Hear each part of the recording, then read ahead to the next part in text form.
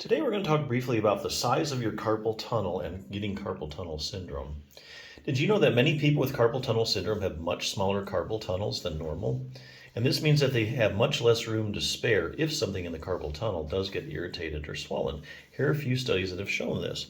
One study took MRI scans of 20 wrists with carpal tunnel and compared to the 20 wrists of healthy volunteers. Results showed that the cross-sectional area of the carpal tunnel was much smaller in those who suffered with carpal tunnel syndrome.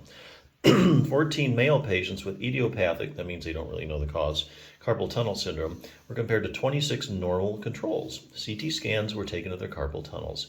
The proximal part of the carpal tunnel in patients was found to be smaller than the pain-free controls. In this study, 11 patients, female patients with idiopathic carpal tunnel syndrome, were compared to 26 normal male and female controls.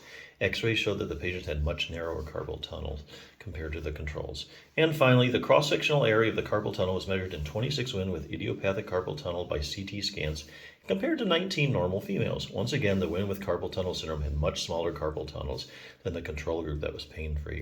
As you can see, whether researchers use an MRI, CT scan, or X-ray, it's quite consistent finding in the literature that people who suffer from idiopathic carpal tunnel syndrome, males and females alike, all have a tendency to have much smaller sized carpal tunnels than those who don't suffer from it. So the cards might have been stacked in a person's favor to begin with.